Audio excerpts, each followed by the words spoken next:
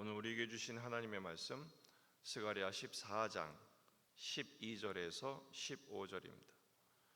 스가랴 14장 12절에서 15절 말씀 한 목소리로 읽겠습니다. 예루살렘을 친 모든 백성에게 여호와께서 내리실 재앙은 이러하니 곧 섰을 때 그들의 살이 썩으며 그들의 눈동자가 눈구멍 속에서 썩으며 그들의 혀가 입속에서 썩을 것이요 그날에 여호와께서 그들을 크게 요란하게 하시리니 피차 손으로 붙잡으며 피차 손을 들어 칠 것이며 유다도 예루살렘에서 싸우리니 이때 사방에 있는 이방 나라들의 보화 곧 금, 은과 의복이 심히 많이 모여질 것이요 또 말과 노새와 낙타와 나귀와 그 진에 있는 모든 가축에게 미칠 재앙도 그 재앙과 같으리라. 아멘. 본문에 계시된 주님은 어떤 분이십니까? 예루살렘을 친 모든 백성에게 재앙을 내리십니다. 오늘 12절에서 15절을 보면 12절도 재앙으로 시작하죠. 15절도 재앙으로 맞춰지게 됩니다. 세상을 정복하신 천하의 왕 하나님께서 예루살렘은 높여서 구원하시고 회복하시는 반면에 예루살렘을 공격하는 모든 대적들에게는 재앙을 내리신다라는 것입니다. 여기서 말하는 재앙은 타격이라는 뜻입니다. 질병, 재난 이런 것들이 임하는 것이죠. 어떤 재앙들입니까? 첫째는 죽음입니다. 예루살렘을 친 모든 백성에게 여호와께서 내리실 재앙은 이러하니 곧 섰을 때 그들의 살이 썩으며 그들의 눈동자가 눈구멍 속에서 썩으며 그들의 혀가 입속에서 썩을 것이요 그들이 섰을 때, 발로 섰을 때 눈과 또 혀도 멀쩡한 것 같지만 외형은 멀쩡해요. 그러나 그 속은 어떻습니까? 살이 썩고 눈동자가 썩고 혀가 썩을 것이다 이렇게 말씀하세요. 하나님을 대적하게 되면 겉으로는 아무 문제 없는 것처럼 보이지만 그 속은 썩어 부패해가는 시체와 다를 바가 없다라는 것입니다. 죽음이죠. 실제로 로마 황제 맥시미안은 교회를 핍박하다가 그의 몸이 썩어가는 병으로 죽게 됩니다. 하나님께서 하나님을 대적하는 자들에 대하여 그들의 세력이 여전한 것 같고 승승장구하는 것 같지만 그들의 결국은 죽음이요 부패일 수밖에 없다라는 것입니다. 또 13절을 보면 그날에 여호와께서 그들을 크게 요란하게 하시리니 이 요란이란 말은 공포, 두려움이죠. 두려움이 임하게 하세요. 피차 손으로 붙잡으며 피차 손을 들어 칠 것이며 그들이 연대해서 동맹을 맺고 힘을 모아서 하나인 것 같지만 결국은 피차 손을 들어서 치게 하신다. 자중질환이 일어나게 하신다는 것이죠. 아무리 강력하고 아무리 끈끈한 것 같아도 결국 자기 목적 때문에 연대한 그들은 그 야합이 깨질 뿐 아니라 서로를 해하는 칼날이 될 수밖에 없다는 것입니다.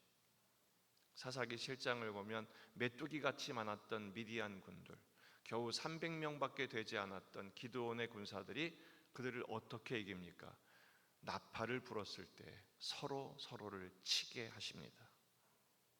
열왕기하 19장을 보면 아수르의 사네립이 강대한 대군을 끌고 와서 히스기야를 위협했지만 히스기야는 하나님의 성전에 올라가서 기도했죠.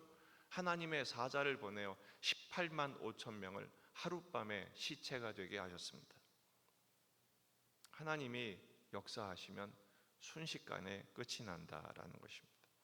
14절 유다도 예루살렘에서 싸우리니 이때 사방에 있는 이방 나라들의 보화 곧 금, 은과 의복이 심히 많이 모여질 것이요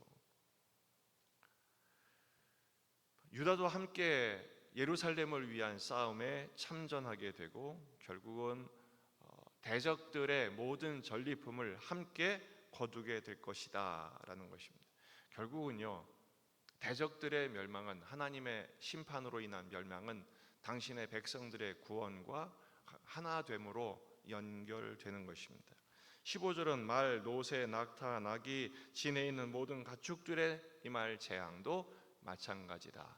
그러니까 모든 생명은 하나님의 재앙에서 제외일 수 없다라는 것입니다. 바로 헤르미죠. 하나님의 진멸. 오늘 말씀의 교훈은 무엇일까요? 첫째, 하나님을 대적하는 자는 하나님의 심판과 재앙을 피할 수 없습니다. 따라서 주님의 몸된 교회와 하나님의 나라를 함부로 대하지 말아야 합니다.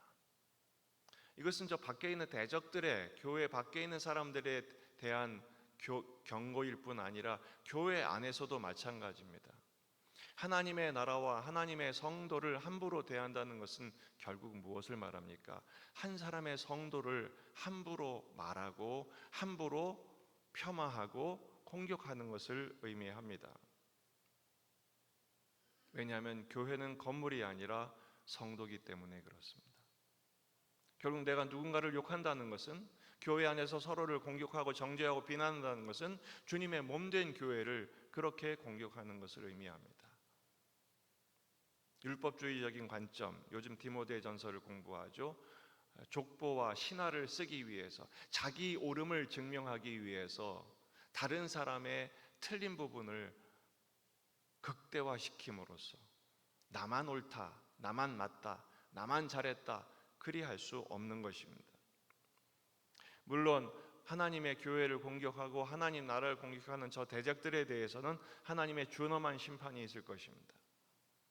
계시록 19장 17절, 또 내가 보니 한 천사가 태양 안에 서서 공중에 나는 모든 새를 향하여 큰 음성으로 외쳐 이르되, 와서 하나님의 큰 잔치에 모여 왕들의 살과 장군들의 살과 장사들의 살과 말들과 그것을 탄 자들의 살과 자유인들이나 종들이나 작은 자나 큰 자나 모든 자의 살을 먹으라. 오늘 말씀의 정확한 성취지요.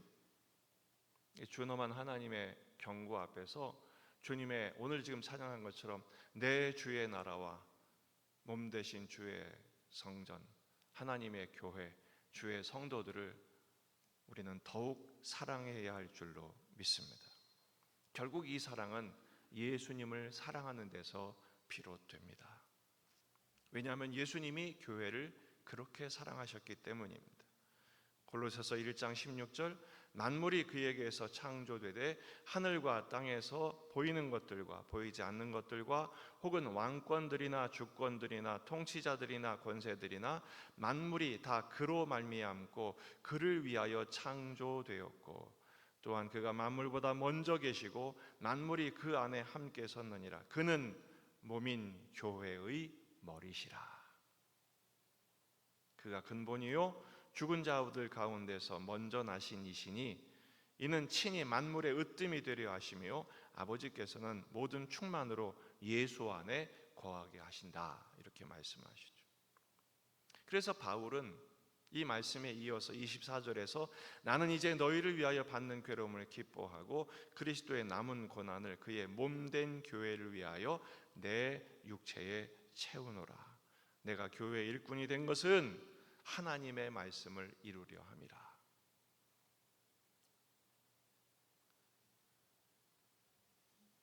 우리는 겨우 신앙생활을 하는 목적을 내 문제 해결과 내가 주님께 예수 믿고 복 받는 것으로만 여긴다면 그것은 참된 신앙생활을 이루지 못하는 것입니다. 진정한 신앙은 뭡니까? 예수님을 사랑하는 것입니다.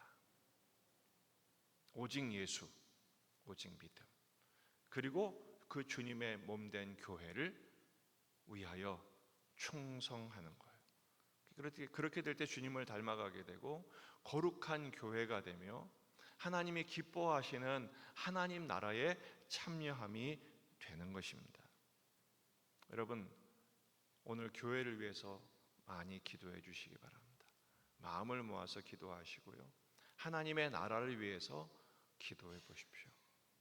너희는 먼저 그의 나라와 그의 의를 구하라. 세상은 공격하고 어리석은 사람들은 서로를 비난하고 정죄하기 바쁘지만 오늘 이 말씀 앞에 선 우리들은 재앙이 아니라 오히려 하나님의 축복에 참여하는 동역자가 되기 위하여 주님의 몸된 교회와 주님의 나라와 오직 예수님을 더욱 사랑하는 일에 우리의 모든 마음과 중심을 모아야 할 것입니다.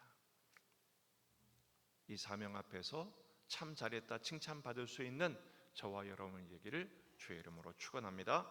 다 같이 기도하시겠습니다. 말씀을 붙들고 우리 자신과 가정과 교회와 이 지역의 복음화, 민족의 복음화, 세계 복음화를 위해서 환우들, 군에 있는 아들들, 수험생들, 그리고 오늘 저녁 금요 기도회 주의를 준비하며 여러분 가져온 기도 제목들을 가지고 간절히 기도하시다가 돌아가시겠습니다. 다 같이 기도합니다.